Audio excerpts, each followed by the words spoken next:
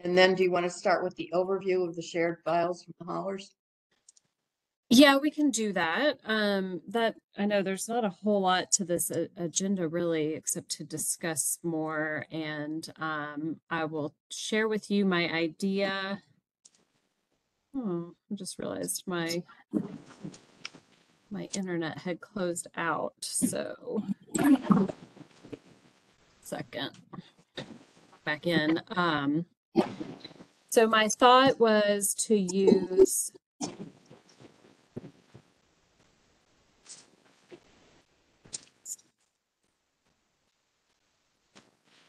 I thought was to use Dropbox.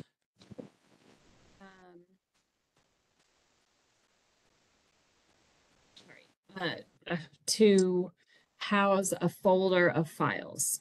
It is a free thing as long as your files are less than 2 bytes or whatever the unit is. But I was hoping, I kind of tested it out, and so far all the files that I have dropped in there have not exceeded any kind of limit. So and I believe if you don't have a Dropbox account, it's a free account as long as you just like stay under that limit.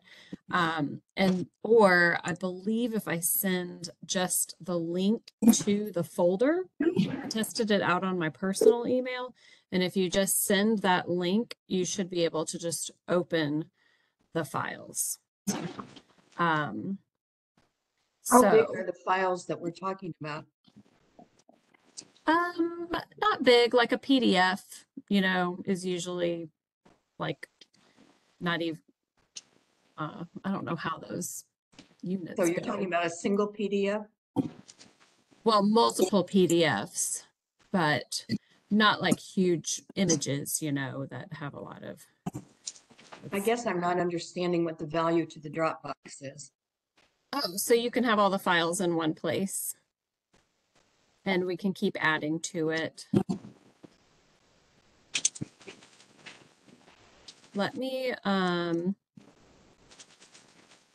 send this, and you all can test it if you want. Let's see.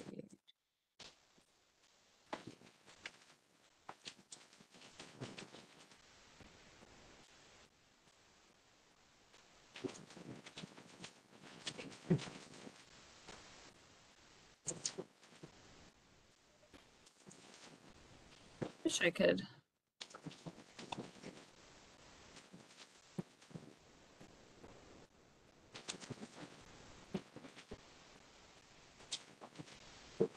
All right, I'm just going to hit send on that to the subcommittee members, and then let's make sure it works. So if you have the ability to do that while you're on the call,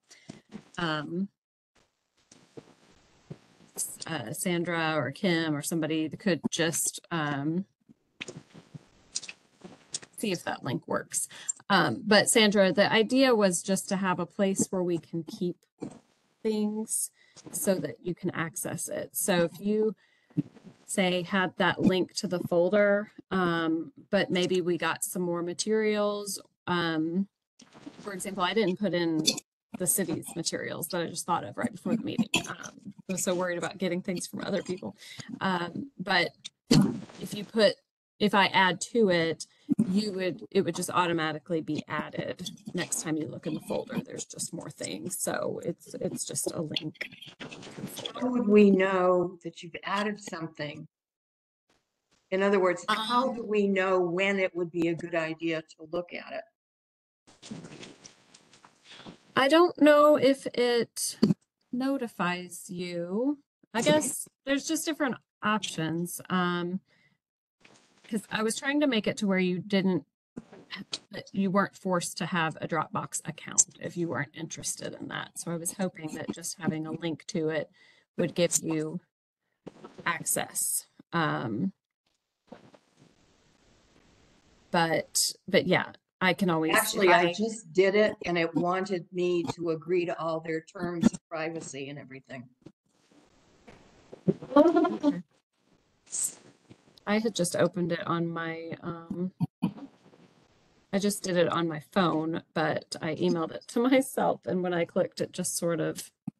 But you may already have a Dropbox account.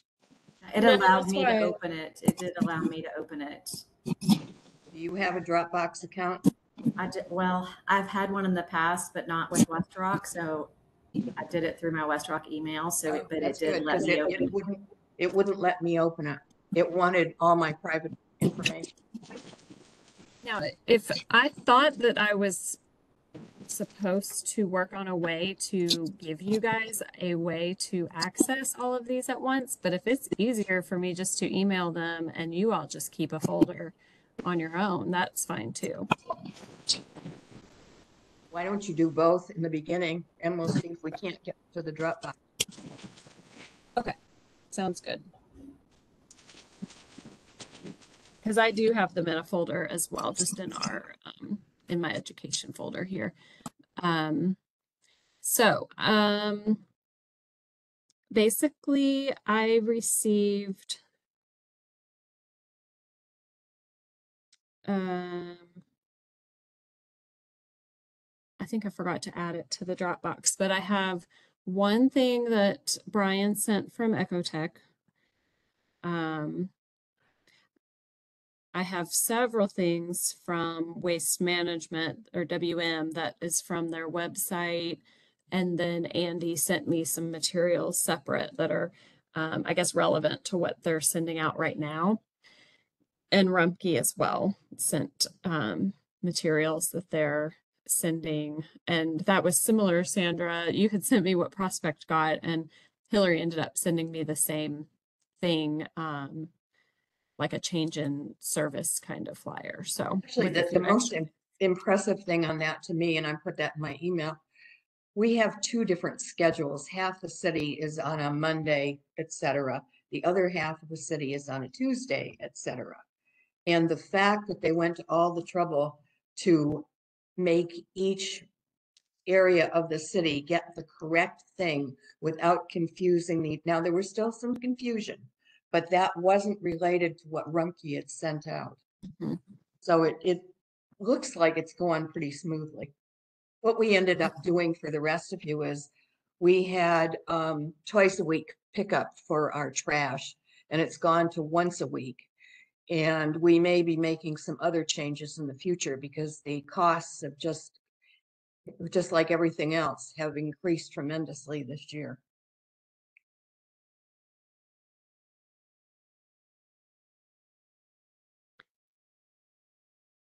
So I do have a lot of materials as far as things to look at. I'm not quite sure if we really want to look at anything as a group or if we just want to discuss how we want to move forward with some of these things. I think I personally feel like I need a little bit of direction when it comes to just deciding what is going to be best when it comes to haulers. I feel like that's always been a little tricky. You know, every hauler has their own branding, and that's great, and they need that. So I guess from the district perspective, as far as what we create, I guess I just feel like I need a little direction or a little bit more discussion on what we want. Marie, do you have any thoughts?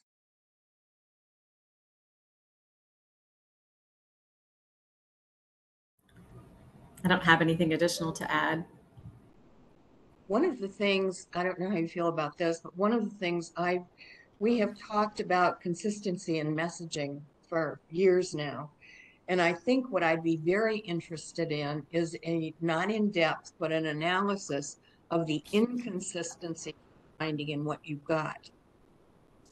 Because I have felt from the get-go, maybe incorrectly, that there were more consistencies than inconsistencies.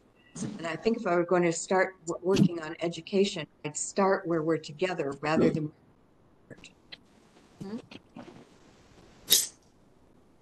I would tend to agree with that, Sandra. I think that probably even more important is that are people getting the materials?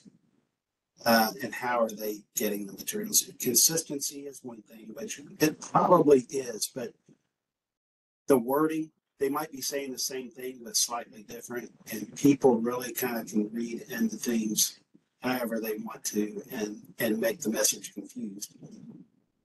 But we have to make sure that they're getting it in the first place, which is. Oh, I totally agree with you. If anything is ever longer than a page, you can forget it. Because I don't care what we're talking about. They just won't read it. The other thing is you should never have long paragraphs. And I think that trying to do consistent messaging that is quick and short is not that easy. I totally get it. Karen has beat me up over the years to where I finally got that through my thick head. Sandra, you and Sarah Lynn have also done a pretty good job of that as well. So all good. I totally agree with you. The message has to be short and straight to the point. Do you all foresee, I know that every once in a while Pete mentions like a symbol or something. Is there a sticker? Like, I feel like we say things, but it's not really always very explicit on what we're talking about. Like, do we foresee ever having some kind of decal that goes on containers that would kind of link us all together despite what is printed on the carts or whatever? I don't think we're there yet. And I think that the answer is yes, of course, there's a role for that. People all don't process information the same way. I process words. I hate icons. They don't talk to me at all. My granddaughter loves icons. They talk completely to her. And so I think that there's no one answer to your question. I think both things. There's a combination to that. I agree, Sandra. It's usually a whole lot easier than words to sometimes start with. And what does the symbol say? I mean, you give me a symbol and it doesn't talk to me. To me,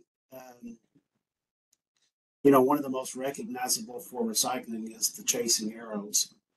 You put that on something, people automatically know it's recycling. If you have that on every container, whether it's for construction and demolition debris, curbside recycling, at single family homes or multifamily homes or in a business, if that symbol is on there without anything else, most people would know that that's recycling. It's not the end of the story.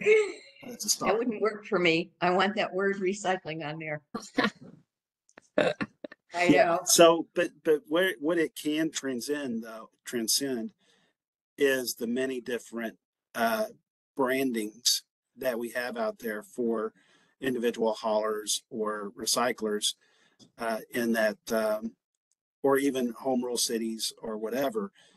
They can have their color combination of their cart, but if the symbol is something that can be modified to work with that, but the symbol is there and the word recycling, then I think that what we end up doing is making a consistency that's all across the county. No matter what you're doing, it's recyclable. Now the material might be changing just slightly, but we work on that. But then what you're saying is that in addition to whatever the waste haulers are doing, we're going to put a symbol on there. I don't know. I think that would be a thing you could find out in the capture study, is if that's meaningful. Because if it was meaningful, then we'd find a lot of contamination in our recycling carts, for the sake of argument right now, right? Guess it depends on why they put it in there. Yeah, it's almost to me too late by the time we're dealing with the cart. I think that the information almost has to be available before a person is standing in front of a cart. I agree with that. I agree with that. And that goes back to, we need to hit people from a lot of different angles, with the same consistent messaging as much as possible. When you start to put a sticker on somebody's container, the first thing they're going to do is, why is that sticker on that container? And you can start to follow that up with the appropriate information. So what I would say is that if you put a sticker on a container, you should also put a cart hanger on that container that gives the basic information that's consistent with the MRFs that we have and what needs to go into that container. So that is something that we did when we rolled out our recycling carts. When the vendor put it on there, was the a cart hanger and information that actually folded into it. And Karen can show you that information. But it really was a packet that told everybody what it was about. So if you was going to put stickers on things, then I would say that you follow it up with a hanger and information that makes it a consistent, no matter whose cart that we put it on. It's the same information. Of course, we have to have the permission of the collector, obviously. But that's what the goal of this group should be, is to make sure that we come up with something that's okay with all of the collectors before we go out and do something. I have an example of something that happened, and I'd like to share it just to know, I guess, if there's any discussion around it. But so through Nextdoor, as you know, I get a lot of comments and questions. And someone asked about the plastic containers that strawberries and blueberries come in. If you know what I'm talking about. I'm sure there's a technical term that can't remember what it is. But now, according to our information from each possible MRF, Westrock and Rumpke, Westrock would accept those and Rumpke would not accept those. So I clarified that as far as telling her whether or not she could recycle them, because that was the question. But then someone else chimed in and said, I have hometown hauling, so what about me? And so I think she asked, anyway, eventually she wrote that she called hometown hauling and they said no, but she wanted to confirm, because she's trying to recycle everything as possible that is recyclable. And from my understanding, hometown would likely be taking their recycling to Westrock, as far as I know. So wouldn't that mean that it's a yes for her? But if hometown said no, where's hometown getting their information? Or I don't know. I just feel like it's kind of a real life example of what it's like to be me to try to tell people the right Okay, thing. but going a step further, I thought that in Jefferson County, Rumpke was using Westrock. Is that not true, Bruce? First borough isn't on here. Brian? Oh, I've got the wrong Bruce. Yes. Hillary can answer that. Yeah, hi Sandra. It's Hillary. We used to send to Westrock. We did so for a period of time. And then, oh gosh, I don't remember the exact switchover, but I believe it was at some point early last year or perhaps the end of 2021 when we started taking it back to our MRF in Cincinnati. And therefore we are adhering to a slightly different acceptable items list. Well, and Hillary, wouldn't you say hometown hauling is probably unique in the sense they've taken material to Rumpke as well as us? So, it might be confusing for them on where they're taking it, on where it needs to go. And, maybe they're just not on top of exactly which list. So they've taken material to both of our MRFs before. Okay, sure. Yeah, that could be part of the confusion on their end. Yeah. Mhm. Thank you.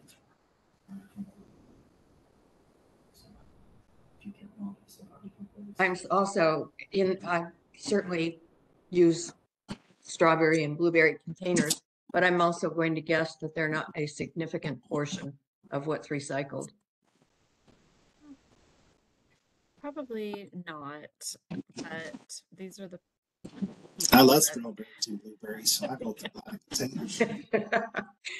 Oh, They're yeah, as very far as volume, I don't know. But I just felt like that's kind of an example of when, I mean, I don't know, like I guess I did not reach out specifically to Hometown to ask, you know, about where their material is going and which kind of, if they do, and if a hauler uses two different MRFs, then yeah, you might have to stick to one list that kind of meets both needs. So I don't know. I mean, it's always something that I've had a hard time with, or not really, you know, it's just something to. if we do a list, at least to start, I don't think it should have more than maybe 8 or 9 items on it. And we probably won't get the blueberry and strawberry containers if we do that. I think that if the list is too long to begin with, and it's on a decal, I don't think it's going to be very effective. I would agree and disagree. I Okay. think that depending upon who your target is and who's picking up the material, for a new recycler, I agree with starting with a fewer number of items is less daunting for them to start recycling. But if you give that same information to somebody who is a staunch recycler, they're kind of insulted. Well, why is this not on here? So I think that you can have a something that, you know, try to target where you can, not always possible, of course, but you have a list of certain items with a QR code of what other items can go into the container, and they can go for more information. Mhm. Well, Yeah, that that's would be like great. Recycle Coach. Mhm. Yeah, Recycle Coach has it all. Because it is difficult to have everything. And I'll just if I can do it, go ahead and share our latest little flyer, like what we put on the carts when the carts were delivered. Really, when you look at these things, I mean, yeah, there's words and we have Spanish, of course, which makes it look like more words. But the only things on here that I think would completely be left off of a Rumpke flyer, and Hillary, you can correct me if I'm wrong, but would be this little clear container here in the plastics and the foil pan in the background of the cans. Yep, that's correct, Karen. Yeah, so it, you know, it's not much as far as differences. And from my understanding, if you happen to get a foil pan, it'll probably get recycled, but it's not something that you're trying to get. But this, you know, I would say this is consistent from what I received so far, is just having some images plus a few words that are describing what's accepted. Now, it doesn't have a picture of every possible piece of packaging because that's impossible. But just to give people the main idea of what's accepted. I think that's a really positive flyer there, because I think sometimes we can give too much information and then it becomes so complicated that you're like, gosh, I don't know if it's recyclable or not. I'm just not going to do it. agreed. I think that like the 1 through 7 thing only has confused people. And I think that we identified that as a problem in the 5-year study. And others, I've seen a few programs where they're talking about how that it's not made it easier. It's only caused confusion in a lot of people. So the words, the categories is, to me, the simplest message. You got 5 things there. And yeah, Rumpke might get the occasional aluminum fill pan and cup like that. But Hillary, is that gonna kill you guys? I don't think so. I would definitely want to run it by our recycling team, but I don't see that being a huge problem. No, but I would definitely want to run it by our team just to kind of gauge any potential challenges at the MRF level. Yeah, I'm just looking at it from a community standpoint. It's very difficult to have 2 different MRF streams in messaging. And while you got, I mean, it's easy at the hauler level. It's much harder at overall community education.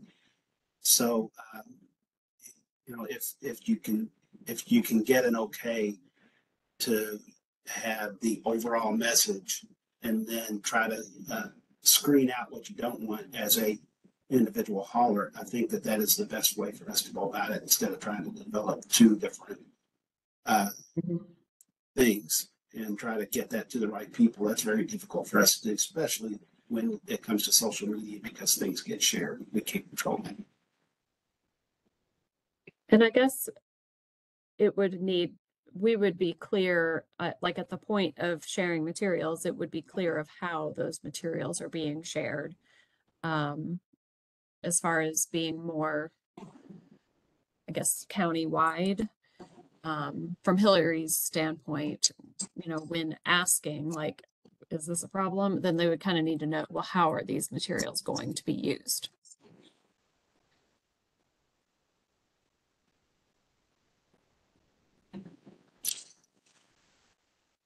So we've talked about a lot of good stuff. I'm just wondering where we end up here. And we have to look at the material, but I think we identified maybe the material is consistent, but maybe worded slightly different, which can cause confusion. Whether or not the material is getting to people is another problem.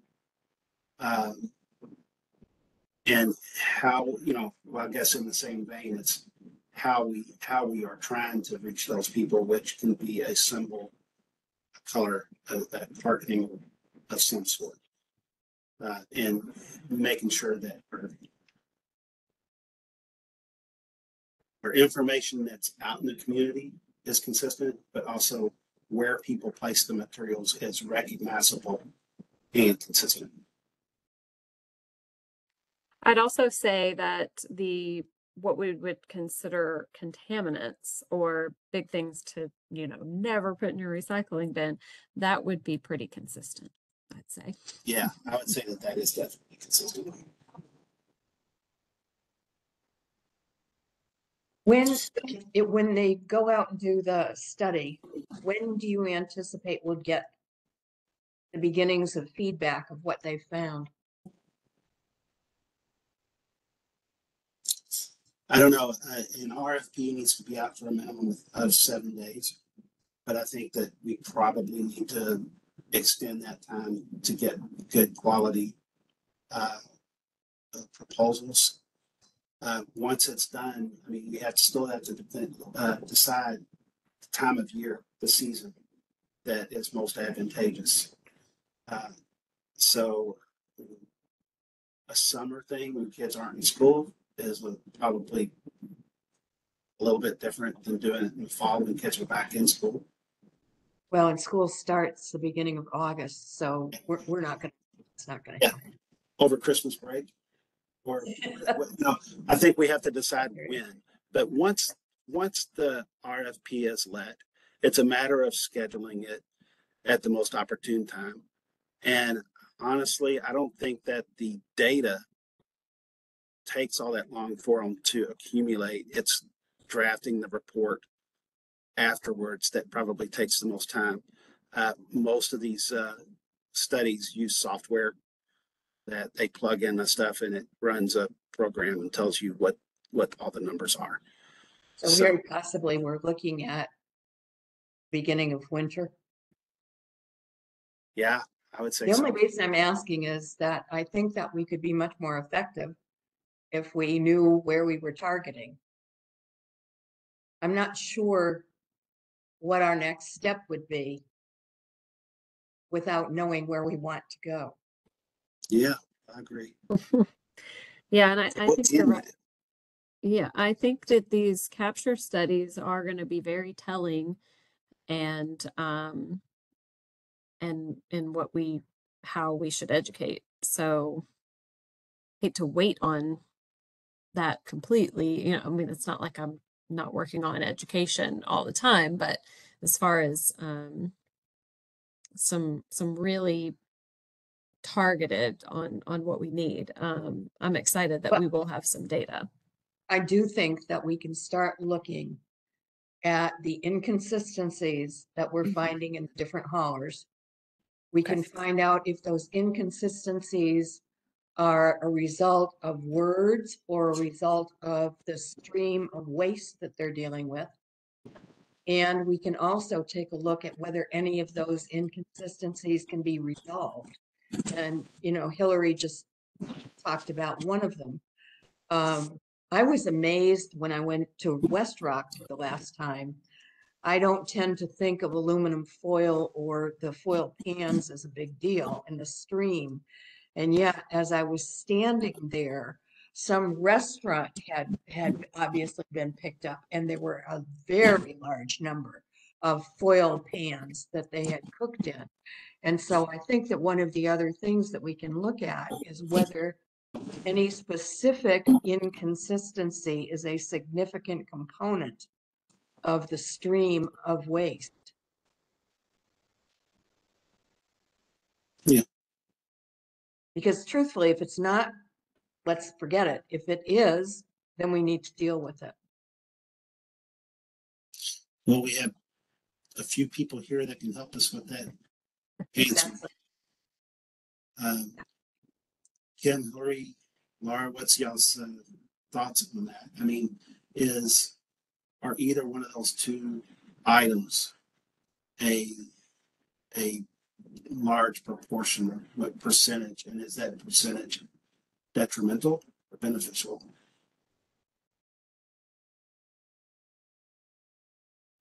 Well, I think that first we've got to find out what the inconsistencies are. And then we need to deal with whether or not that thing, whatever the inconsistent thing is, we need to look at whether it's significant. I understand. And just to be clear, inconsistencies as far as the materials I've received from the haulers, it's not just limited to accepted materials, right? That's true. And that's another component to all of this, isn't it? The way that they say the same thing. Mm-hmm. Yeah, and like I said, you know, I got a couple emails just yesterday and today with materials from the haulers in response to our request. So I definitely have not spent a lot of time looking. But I think that's a good point, Sandra, and that's because I can pull together some side by side kind of things and also share with you all. I'll share with you all what's been sent too. But we can spend some time looking at those for maybe some kind of red flags as far as how things are said. Or, I mean, we know there's a little bit of difference in acceptable items, but it shouldn't be too bad. So we can see.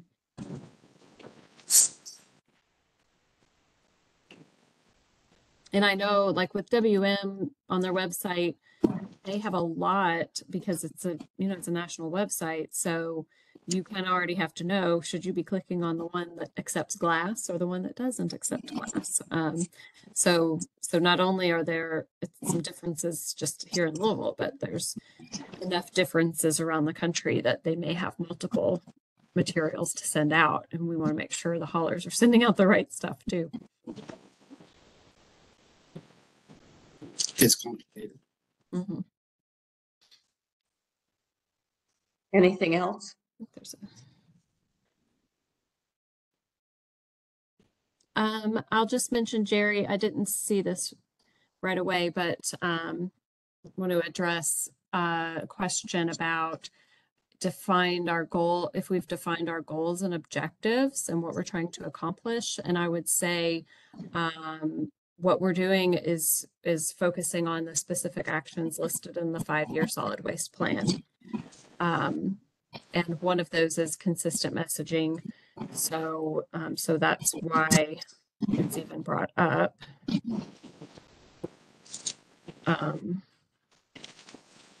So hopefully that answers your question, but we are always here to answer more questions.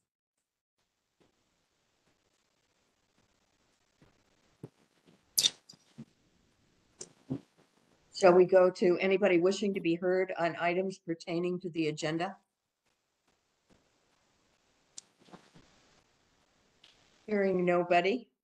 Our subcommittee meetings are the second Tuesday of every month. I didn't change And- the time on that, so That's okay. Sorry. Well, you know, the irony is we've changed the time and it doesn't seem to have had any effect. it didn't. So We'll keep trying. Just a reminder to people that wasn't at the last meeting is the RFP for doing a capture rate study. We'll be sending that out here very soon with hopefully people taking particular attention to it so that we could hopefully vote on it and move forward at the next full advisory committee meeting. And I would ask that Hillary and Kim and Laura take a look at the appendix on that document to make sure that we're doing the right categories of material. So, Will do. yeah. So hopefully we can get at least one project off the ground at the next full advisory committee meeting. Yeah. And that project leads to more education projects. So that's Yeah. good. Hopefully start the ball rolling.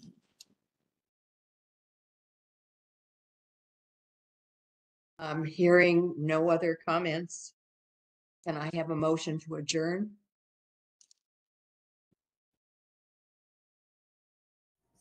I'll make a motion. Thanks, Kim. Marie, would you like to second it? I'll second it. Thank you. All in favor? We've adjourned. Thank you all. Thanks, everybody. Have a good night. Thank you all. Two.